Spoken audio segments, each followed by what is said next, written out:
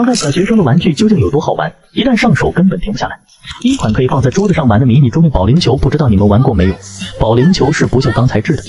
球瓶也好迷你，轻轻一弹就滚出去了。找个小伙伴一人一局更好玩了。然后是这个磁力指尖魔力球，转起来好像没什么特别的，但是当你将这个小戒指戴手上后，魔力球就会跟着戒指的轨迹运动了，真的很神奇。魔力球瞬间有了灵魂一样。最后是这个创意解压磁流体，里面有一团像毒液一样的液体，只要将磁铁靠近就能将它吸住，真的很解压。即使打散了也能将它重新凝聚。小时候我们玩的竹子琵琶桶现在都升级成金属材质的了，抓手里感觉沉甸甸的。子弹是这种软胶球，倒入炮筒里居然可以连发，真的非常炫酷，精准度高也很安全，一上手就感觉回到了童年。小时候我们玩泡泡都是靠嘴吹，现在的小学生直接上这种132孔泡泡机，上百个出泡口，风力非常强劲，按住开关泡泡慢慢飞舞，还自带灯光效果，晚上带出门玩氛围感应十足。最后是这个陶泥机，有2张转就可以调节，陶泥都是独立包装的，拿出来放上去就能玩，做完后可以风干或者放烤箱烧干，再画上一些水彩颜料，不仅培养了孩子的动手能力，还提升了画画能力。你说我小时候咋就没有这些好东西呢？一款可以放在书桌上玩的双人桌面对阵足球，不知道你们玩过没有？足球是这种迷你的，双手按压这个按钮就能控制球门来踢球，上面还有积分牌登记赢球数，叫上小伙伴一起就更好玩了。还有这个黑科技反重力陀螺，缠线一拉就能转起来，虽然不知道什么原理，但是它能解锁多种玩法，每一种都很新颖，就好比这个天外飞仙的玩法，感觉像变魔术一样，真的很神奇。养一只饿不死的兔子是怎样子的感觉？这个萌宠爬行球把小兔子装进这个球体里面，它就能跑起来，还能自动绕过障碍，真的很有意思。就像这个酷炫爬行车，把它放在平地上和普通赛车没什么区别，但是将它放到墙面上后依然跑得起来，即使上了天花板也照样能玩，真的很神奇。然后是这个毒液彩圈玩具，我出石头你出剪刀，戴上面具，结果就是赢的把输的给吃掉了，不仅好玩还能防止别人输。虽然不知道什么原理，出门玩带一个准没错。自从有了这个木鱼解压玩具，我就爱不释手，真的满足了我那种上班抠图摸鱼解压又能排解心中愧疚感的小神器。我们以前玩的都是这种方块魔方，现在的小学生都开始挑战恐龙魔方，随便转几圈就能把恐龙分解，再随便转几圈你就会发现它转不回去。喜欢魔方的可以买回来试一下，反正我是拼不回去了，感兴趣的同学可以挑战一下。有一天我拿起我弟的玩具车，好像和普通的玩具车没什么区别，但是当这2辆车前后相撞之后，它居然变形成一只马，真的很神奇。就这小东西我可以玩一整天。无意间发现了这只小奶龙，长得挺嘚瑟的，装进一点水它还会朝你吐口水，挺有意思的，下次打水仗我就带上它。当代小学生的文具究竟有多高级？小学上了10年我也没用过这些东西，就像这个曲面量尺，它就很神奇，平常那些不规则的东西都能用它拐弯测量，只需将它的滚轮对准物体滚一圈就能精准测出长度，就算是腰围手围这种也能轻松搞定，一键复位，还能查看之前的测量记录，真的很方便。以前我们上学带这种剪刀很容易戳伤自己，现在的小学生都被这种可爱2合一剪刀，一头是折叠剪刀，另外一头打开是把刻刀，中间有个小机关，还能将它们分开使用，小小一把直接丢笔袋里也安全。最后是这个变色胶棒，别看它涂出来是蓝色的，但是干透以后就自动褪色，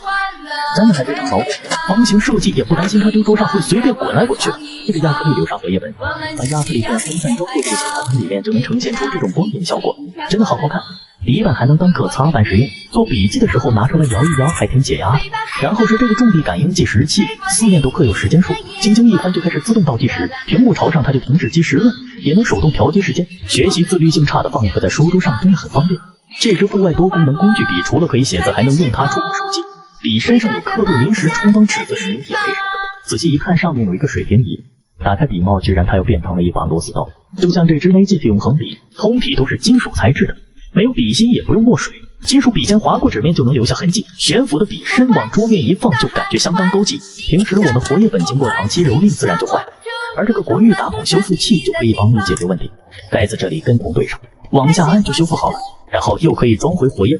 你别说还挺牢固，更换替芯也特别简单，一卷印满英语单词的卷纸，不知道你们用过没有？还有一个数学、历史、物理、化学、当你畅快淋漓的将体内废物排空的同时，还能增强学习，学霸记忆卫生纸真的不是浪得虚名。配料表里只有原生木浆，用的也安心。不像这个水脱画，只需要把颜料往专用的液体里滴几滴，就可以用画针或者流梳勾勒出自己喜欢的画作。画完后把画纸往上面一贴，一幅精美绝伦的作品就创作好了，真的很有意思。还可以制作各种小动物。同样是画画，用这支漂浮笔在勺子上面画完后再放入水中，图案就奇迹般的漂浮在水面上了，真的很神奇。虽然不知道是什么原理，却激发了我10几年都没升级的艺术细菌。还可以把图案提出来印在身上，轻轻一擦它就不见了，不需要用颜料画画的刮刮画，不知道你们玩过吗？只需要用竹签按上面的纹理轻轻刮开，里面的图案就显现出来了。就算你小学上了10年也没学过画画，只要有耐心就能刮出一张让人眼前一亮的作品。就像这个压花透明书签，把春天角落里被人遗忘的干花装进这个透明瓶子里，再挤出多余的空气，压花书签就做好了，每一个都很好看。一不小心就做了5、6、8、9个，往书里一夹，看书的心情都变美丽了。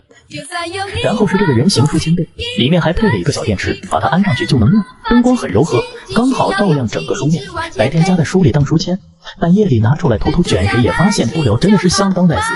最后是这个龙源专属的国风书签，金属材质，做工非常精致，还配了一支麋鹿笔，笔身是水晶状的，旋转一下鹿头笔尖就冒出来了，下笔也相当丝滑。就这一套很适合当礼物送人礼物。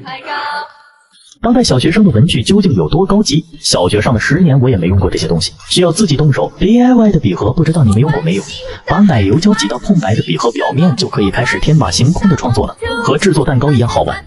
每一个奶油胶手工笔盒制作出来都是独一无二的，里面空间也很大，日常学习完全够了。我们以前用的蜡笔都是一支一个彩，这支 DIY 彩虹蜡笔笔身里却藏了20种颜色的蜡笔芯，想用什么颜色直接替换就行了。喜欢用蜡笔画画的真的可以备一支，学习压力大的时候可以试试这支解压旋转笔，一头可以写字，另外一头是小夜灯，旋转起来又是指尖陀螺，用它阅读也不错。我们以前用的彩色便签，现在的小学生已经升级成这种可撕便签贴，透明设计，不知道文字，遇到不懂的题目就做上标记，等问题解决了就可以把它撕掉变成感叹号。一张便签多种用途，款式多样，满足不同场景需求，还能重复使用。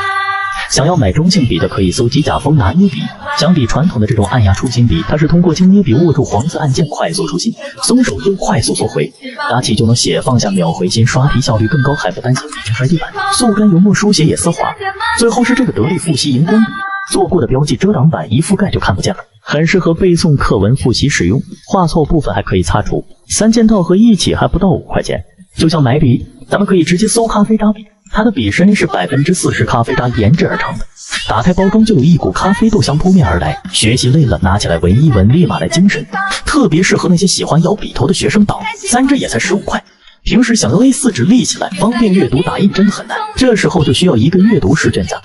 把纸张往上面一夹就能立在桌子上了，无论是阅读还是对照打印都很方便。最后是这个护眼阅读灯，放书面上可以完美贴合，光线接近自然光，非常柔和，即使夜间学习也不担心用眼疲劳了。就像这支高尔夫球场礼品笔，整支笔身就是高尔夫球杆的造型，配送的盒子插上棋子就能玩，3种笔杆可以对应不同打法，金属材质书写起来也很丝滑，休息之余玩一把真的不错，不管是送同学还是自己用都很不错。再看这个小本子，单从表面看没什么特别，但是当你打开它，你就会发现它是一个可以容得下 A4 纸的可对折活页本，10几张活页足够你平常学习办公使用的，不管是放书包还是出门用的小背包都能放得下，一本也才20块。平时这种小胶带使用的时候没有小刀真扯不下来，咱们可以搜这种小型胶带切个器，安装也简单，想多少撕多少。6块一个普通笔袋也能放得下。我妈说怎么会有书叫玩坏这本书，我说这是一本解压笔记本，每一页都有一个小任务，吃不完的瓜子壳贴在天鹅身上就能变成它的羽毛，没人用的纸巾卷一卷就能得到一只3D绵羊，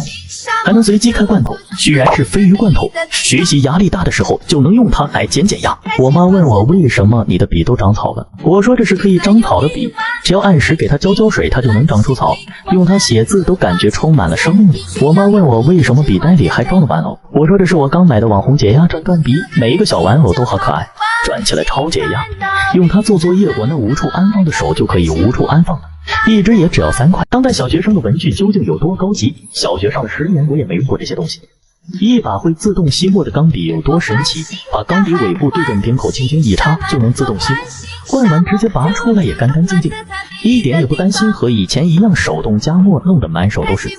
书写起来也是相当顺滑。普通的铅笔写字粗细不均匀，还容易断芯，但是这种自动旋转铅笔就不一样，透过个视窗可以看得出每一次抬笔笔芯就会自动旋转，这样写字的时候它就能始终保持笔尖的粗细均匀，属实有点黑科技。我也是没想到现在的橡皮擦都是电动的，和普通橡皮一对比，擦得更加细腻干净，而且有很好的控制力。老板还送了10个替换芯，可以随时更替。往这个多功能电动橡皮上插入一点纸巾，它立马变成一个锋利10级的电风扇，贼垃圾好用。就像这支多功能重力感应笔，里面包裹着4支笔芯，只需把想要的颜色对准自己，按下笔帽就会弹出相应的笔芯，黑色刷题，蓝色标记，红色批改，关键连铅笔和橡皮擦都含了。再来看看折叠鱿鱼，根据鱿鱼的造型设计的，只要一按开关就能开启变形，有趣好玩还好用。乍一看这只是一个普通笔盒，打开后发现双面都可以放文具，盖上盖子就是可以反复擦写的白板，记作业或者做计算都很方便。最厉害的是简单的几步变形，它就变成一个角度可调节的桌面阅读支架，减轻我们学习的压力。贴上贴纸，这颜值哪个小学生看了不迷糊？小时候用这种密码锁笔盒开半天还没拿到文具，现在可好，手指轻轻一点，笔盒就打开，盖上盖子直接锁死，除了自己谁也打不开。设计简约还很冷峻，哪个男孩不想拥有一把战术笔？一共5根组成，除了写字外，它还离谱到可以刮美钢、击穿玻璃，开快入，翻到下面还是个硬体手电，全身合金材质，抓手里就很有质感。小时候学英语最烦的就是记单词，咱们可以直接搜这种喵喵机，小学到大学的英语单词全覆盖，认识的单词点2下，不认识的单词点1下，按翻页键还有造句组词和同义词，小小一个也方便携带。就像这把磁吸笔身由13块字配组成，既可以当玩具玩，也可以当笔使用。无聊的时候用它研究一下磁悬浮，还能组装成各种小动物，关键时刻也能当圆规使用。总之，发挥这支笔的用处全靠自己的想象。还有这个自带书写版的计算机，它可太适合我读书了。左边计算完，右边直接记下，省去了找纸的麻烦。小朋友还可以用它来画画，算完了只要一按就能清除所有记录。最后是这个自带颜料的便签纸，每一页都带这种调色盘，下面还藏着2支笔，只要一点水沾一下就可以涂了。你别说，真的挺好玩，颜料也刚好够用，涂完撕开还可以当推车，画不完的收起来可以继续画。就像我们平时用的笔筒，装完文具后想拿东西就很不方便，咱们可以直接3折叠多个笔筒，打开后里面给你配备了41支，各种文具都能分类摆放，拿取也非常方便。合起来放书桌上也不占空间。我们小时候用的书包都是又大又重的，但是这个和折叠皮书包就不一样，小小的一个打开就是一个正常的书包，不仅容量很大，承重50斤，还具有防水的功能。往里面一折折，它又变成一个小挂包，一包多用很方便。还有这个卷笔刀，什么单级的时候都真的是黑科技削笔刀好使，铅笔往这个洞口一压就自动削好了，削出来的笔尖很均匀又细，大大提高学习效率。当代小学生的文具有多离谱？你以为它是一把老虎钳，其实它是圆珠笔。修理工爱好者平时带点工具出门学习很合理的吧？班里桌腿坏了可以找我修。你以为它是一根普通的绳子，把拉链拉起来它就变成了一个笔袋。打开看一下，里面空间还挺大。你以为它是一部手机，滑动屏幕不会动，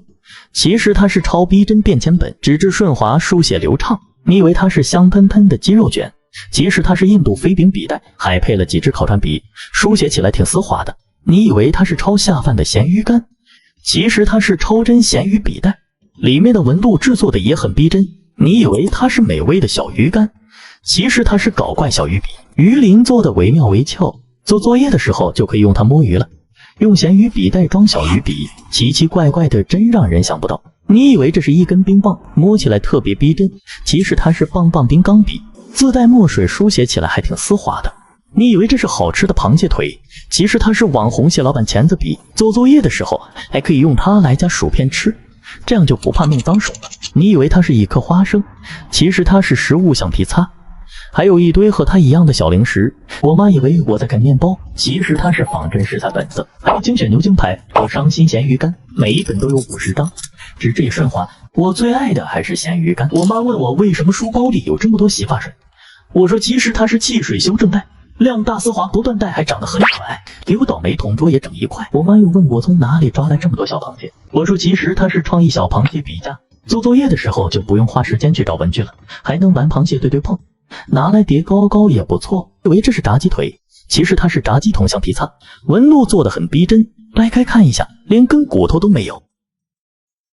你以为它是美味的巧克力，还是奶油夹心的，其实它是巧克力笔记本，纸质厚实，书写也丝滑，闻起来还有一股巧克力味。你以为你吃到的是薯片，其实它是创意薯片夹子，用薯片夹子夹薯片，奇奇怪怪的，真让人想不到。那些年被老师没收的文具，你都吃过哪几种？猪妈妈产奶、牛奶、羊奶、狗奶你肯定喝过，但是大母猪产的奶你喝过吗？你看这老母猪真不容易啊，拖家带口的产奶给小猪仔喝，把猪妈妈的脑袋拧下来后，它就是一个修正带，随便怎么使用都不扯带不断带，贼垃圾好用。烤串笔，这烤串长得挺像烤串的，大丸子、死猪肉、不知名的橡皮面筋，磨一点不要钱的胡椒粉撒一撒。你别说，看着还挺馋人的，可惜笔杆太细了，感觉写字有点飘。南瓜先生，从小我就不爱吃南瓜，但这并不妨碍我想拥有一个南瓜先生。重拳出击还会两眼发光，自打有了这玩意，不知为什么上课总想给我倒霉同桌来两拳，可能是我倒霉同桌有一只骷髅头吧，一看就感觉挺欠揍的，下课不揍他一顿，我担心他皮痒。可惜里面的笔芯太短了，不怎么实用。小笼包，想不到还是盲盒款的，不知道里面能拆出什么，居然拆出一个蒸笼，里面真的有小笼包吗？打开看一下，一层粉红色的馒头，还有一层小笼包，哈哈，这么迷你的小笼包真的不够塞牙缝。养多乐，这颜值我真的好喜欢，如果有这么迷你的养乐多买，我铁定买10吨，喝前摇一摇，这样使用起来就更加丝滑了。冰淇淋，炎热的夏天怎么能少了冰淇淋相伴？看样子像海盐味的，这么迷你的一个修正带，不知道能用多久，还挺丝滑的，很值得拥有一个哦。薯片夹子，有哪个吃货小朋友能拒绝一个薯片夹子啊？和真的薯片一对比，不能说一毛一样，只能说薯片是真香。用它来夹暑假还没做完的寒假作业，感觉作业都变得秀色可餐了。薯片笔袋，哈哈，薯片被做成了夹子，包装袋则被改装成了笔袋，真是不浪费啊！表面还是皮质的，里面的空间很大，装下180支笔应该不是什么问题。怎么看都感觉它相当实用啊！草莓橡皮，把草莓做成了橡皮的形状，这还让我们怎么吃啊？感觉沉甸甸的，除了好看外，它和普通草莓没什么两样。马卡龙橡皮擦，我倒霉同桌最爱的零食就是马卡龙了，就冲这个我也得买它一打啊！给我倒霉同桌看看就不给他用，你就说气不气人吧？擦了一次有点脏，扔了吧。当代小学生的文具究竟有多高级？小学上10年我也没用过这些东西。就像这支过滤笔，长得晶莹剔透的，还配了12瓶墨水，每一瓶墨水的颜色都不一样，轻轻一蘸就能书写了。还能用墨水进行配色，将墨水滴入笔尖凹槽内，还能写出这种混字效果。下墨非常丝滑，你直接水洗就能再用。还有这个手动打印机，上面有一圈字母和数字，将 T 芯插进去，调节齿轮到对应字母，用力按压就能打印字体了。打出来的字体是这种立体的凹凸质感，随便往哪一贴都感觉很高级。我们平常用荧光笔做标记，不小心画错了就很麻烦，咱们可以买这种极细标记便利贴，比较透的荧光色系可以把字整个盖住，透明度低的可以单一半使用，或者直接当下划线使用，还可以贴侧边当书签所用，不同颜色标记不同重点，不想用了撕下来也不留痕。就像这个多功能切纸器，只需轻轻划一下，纸张瞬间切成两半，上面4种旋转刀头可以随意切换。最主要的直线裁剪法，波浪线行动的有变化，还能撕开的虚线裁剪，手工用的压折痕，5、6张叠在一起切也没什么问题。总之你需要的都能安排。还有这支是空仓软头荧光笔，小时候用的荧光笔都是圆头硬尖，这种超薄有弹性的软头不仅下墨丝滑，还可以随意弯折，即使是弯曲的书面也可以轻松标注，颜色清晰，标注的重点一目了然。普通的修正带容易卡带还断，使用起来不方便，可以买这种欧文限定修正带。它的滚轮可以360度旋转，下底丝滑不卡带，还能随意转弯。笔形设计按压出仓，使用起来也很方便。以前我们修正作业都需要重新抄一遍题目，现在的小学生都开始用这种高清错题打印机，只需要用手机拍个照，擦除多余部分，这个小机子就能将错题打印出来，真是省时又省力。还能用它打印照片或者标签辅助学习。小时候我们都是用剪刀剪圆，不仅有毛边，还不是很规则。现在可以买这个迷你切圆器，这上面刻有直径的大小，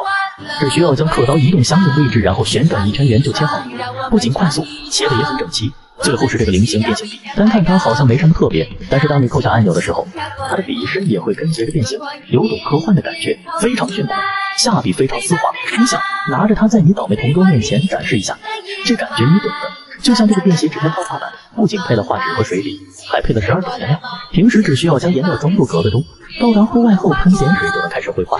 省了一堆户外画画的装备，简直绘画爱好者的福音。普通的马克笔无法在深色纸上作画，现在的小学生都用这种丙烯绘画笔，用前摇一摇，按压就能出墨，不仅能在深色纸张上画画，还能在各种材质上绘画，色彩鲜艳，叠色作画效果也很好。最后是这个可替换计划表，有很多张备用提醒，把每天需要做的事写在卡纸上装进去，每完成一项就打个勾，不仅很有成就感，还能养成自律的习惯。放书桌上当摆件也很好看，平时记性不好的姐妹真的可以备一个。就像这个隐形彩墨水，里面的墨水居然是透明的，完全不显色，写出来的字也同样没有任何字迹显现。但是当你用紫光灯照射的时候，它就会显色，真的很神奇。配上它作画会有意想不到的效果，用它写小纸条都不担心秘密被人发现了。然后是这个透明便签纸，让它贴在书本上就彻底隐形，在书本上写的笔记还能撕下来转移到笔记本上，把它贴在单词表上可以辅助记忆，还能拓印下来各种好看的图案，使用起来真很方便。我们小时候用的都是这种铁质翻盖笔盒，现在的小学生都用上这种推拉式笔盒了，里面自带了3支中性笔、1支洞洞铅笔和2支自动铅笔，背后还藏着一套尺子，刚好满足日常学习需求。这有意思的简约多功能文具盒不仅好看，携带起来也超方便。当代小学生的文具究竟有多高级？小学上了10年，我也没用过这些东西。以前画水彩最麻烦的就是彩笔清洗时容易混色，很影响作画效果。现在的小学生都用这种画笔清洗机，每次清洗完按一下开关，废水流走的同时还能自动加水，边上的棱角还能将颜料刮干净，用完的脏水集中倒掉，换水也很方便，简直是懒人的福音。上小学呢会想象物体的立体结构挺有难度的，现在的小学生都用这种磁力正方，右面磁吸可以任意搭建，不仅好玩，还能提高对立体空间结构清晰的了解。小时候有一个变形金刚就已经很奢侈，更何况它还是一把变形圆珠笔，卸下圆珠笔就能开启变形模式，真的很帅气。小时候要是有这玩意，我铁定每天准时做作业。我们以前用的橡皮越擦越黑，还会产生很多的，清理起来也很不容易。咱们可以直接搜磁性橡皮擦，看着和普通橡皮没什么区别，但是它不仅擦得干净，渣也少，橡皮尾部还能将渣吸走，真的很神奇。盖子一开它就掉下来了。还有这个拔抄圆笔，小时候做梦都想来一套，2笔连抄、4笔连抄，实在不行你就8笔连抄，再配上一张复写纸，拔抄的效率立马提升10倍，普通的日历用完就可以。咱们可以搜集木万年历，它有58个职业组成，可以根据需求进行任意组装，每个月份和星期都能对得上，不仅好玩还好用，放在书桌上当个摆件也很好看。我们以前用的都是这种平面画笔，现在小学生都开始用这种3D 打印笔了，想画什么都直接画出来，还是3D 模型的，不仅培养了画画能力，还锻炼空间想象力。什么蝴蝶、蜻蜓、八爪鱼，就连埃菲尔铁塔都能给你造出来，真的很有意思。普通的圆规都需要先测量再画圈，这个数线圆规打开就能知道半径是多少，省去测量半径的过程。按键可以同时控制笔芯和剪头，这样就不担心放进笔袋会被圆规尖戳伤。最后是这个超拉式便签纸，配了贴皮和声带效果，错题款、空白款、横线款和方格款，书写顺滑，撕去还很方便，每一款都很厚，用起来超方便。就像这个掌握扇形水彩，别看它只有8种大小，却有24种颜色，自带的彩笔加点水沾线就能开始绘画，色彩鲜艳，涂抹均匀，完全可以满足日常画画需求。还有这个闪闪刮刮画便签，里面居然配了2根牙签，用它把便签表面的黑色涂层刮掉就能显色，真的很神奇。无论用它写字还是画画都可以自由发挥。我们平常用的重读都需要用钉子，一不小心还会被刮伤。咱们直接搜这种5钉订书机，把纸张插进去直接按压就能扣起，扣的也很牢，还省去了到处找钉子的烦恼。拆解很轻松，还没有被割伤的风险。就像我们平常用的订书机，不仅容易扎到手，还会把文件撕出来。咱们可以直接搜这种免打孔订书机，轻轻一推就夹住了，不仅夹得非常牢固，拆下来也不难知道。夹子取下来还可以反复吃。还有这支优尚吸墨钢笔，小设计总能解决大问题，把钢笔尾部对准瓶口一插一按就能自动吸墨。灌完拔出来也干干净净的，再也不用担心钢笔灌墨弄得满手都是了。最后是这个创意迷彩男生笔袋，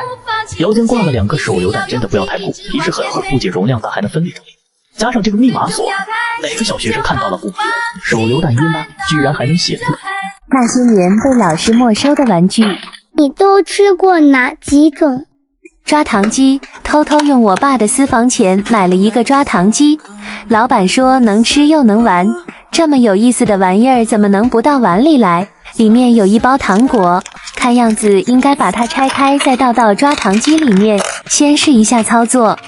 哎，怎么夹不出来呢？好像是糖装太多了，先手动抓几个糖果出来。哟，不错不错，抓糖机的爪牙很结实，百抓百中。只是这糖果抓几次都玩脏了，还能吃吗？电饭煲糖果，一个巴掌大的电饭煲，小巧又可爱，里面装的会是什么呢？一个白米饭模型，太有意思了吧！一把迷你饭勺，这米饭确定需要饭勺来舀吗？2包小糖果 ，Ca 乳酸钙，可以补钙的吗？我读书少，别骗我啊！好像还配了电池，原来是灯光，这玩意夜晚打开来，确定不会吓坏小朋友。百宝箱，敢叫百宝箱的玩意儿肯定不简单吧？好好奇里面装的是什么宝贝？看着奥特曼的图案，难道里面装着一只小怪兽吗？打开来看看，哇哇哇，真的是一只小怪兽，还带轮子的，活泼乱跳的，好有意思啊！还有一包小饼干，这上面印着的字母都糊了，尝一口试试，不错不错，居然是奶油夹心口味的，这个百宝箱果真没让本仙女失望呀。Nice. 水枪彩豆糖，这把水枪有意思，往枪管里塞几粒糖果，身价瞬间翻了1倍。把糖果倒出来看看，有点像恐龙蛋，每种口味都不一样，酸甜酸甜的。往水枪里倒入1吨不要钱的自来水，这射击水速高达800公斤，明天带学校和倒霉同桌一决高下。炫彩陀螺糖，说实话，我并不是为了这个陀螺而买的，我就是好奇这玩意把糖果藏在了哪里。哈哈，原来在这个人头的背后，老板这个老六也太有想法了吧！只是这个糖都被挤压坏了，不知道这个陀螺的战斗力如何，拿出我的艾莎女王和她较量一下。哇哇哇，艾莎女王又发疯了。口哨糖，把口哨设计的这么大，是为了装更多的糖果吗？好像又是恐龙蛋糖，这一包只有9个，我目测这口哨至少可以装下30颗糖才对。老板，你这绝对是偷工减料啊！不过带这么大的一个口哨出门，一定很拉风吧？那些年被老师没收的玩具，你都玩过哪几种？百变磁力魔方。据说聪明的人可以解锁出上百种几何图形啊！像我这样智商高达250的天才小仙女，怎么的也能解锁出72种变化吧？你别说，这玩意看起来挺简单，玩起来还挺伤我脑细菌的，整成啥样只能看运气了。来来回回还真被我倒腾出了5、6种形状，不知道你们能整出什么花样呢？哎，这玩意得怎么扭回到正方体啊？感觉脑袋开始嗡嗡响了。麻将魔方，我妈说要想麻将打得好，就得打小从魔方抓起啊。这麻将魔方，我就问你中不中？1000年后，我能不能顺利打败拉斯维加斯麻神的第一步，就从这个麻将魔方开始吧。等等，这个魔方得怎么复原啊？毕竟活了300个月的我，还从没把一个魔方圆满的复原过呢。俄罗斯方块魔方，这种魔方我还是头一回见，感觉挺有意思的，还配了2个骰子，不知道干啥用的。每个魔方都是由很多块俄罗斯方块组成的，每个小格子里还装有1个小球。组装这种玩意儿怎么可能难得倒我呢？你先这样，再这样，最后再这样，哎，咋不对劲了？待我把刚刚的视频倒放一下，你看，这不就轻轻松松的组装好了？让我浅看一下说明书是咋回事。卧槽，密密麻麻的看不懂啊，这玩意。神奇魔尺36段，看我的魔方大宝剑，不知道小时候的你玩过没有？随便扭一扭就能扭出奇奇怪怪的形状。小时候我妈最喜欢拿它当鞭子抽我了，打人一点都不疼，而我最喜欢用它藏我的私房钱了。你先这样这样再这样，接着这样这样再这样，最后这样这样再这样，一个完美收藏小零钱的存钱罐就做好了，保证你的私房钱不会丢掉。迷宫魔方，这么奇怪的魔方还是头一回见。老板说这个魔方总共有6关，每个面都是由一个迷宫组成的。铁球从第1关进入后到第2关、第3关，最后到第6关的终点才算挑战成功。像我这样的小聪明，怎么可能按部就班的走迷宫呢？让我疯狂的给它摇几下，这铁球不就直接从第1关掉到第6关了吗？最后一关还有3个陷阱，让我轻松的破开它。解压魔方，这魔方好，不需要动脑子，最适合我这种长脑子的小仙女玩耍了。上课的时候拿出来玩还挺解压的，老师看到了还会大方的请我去办公室喝茶呢。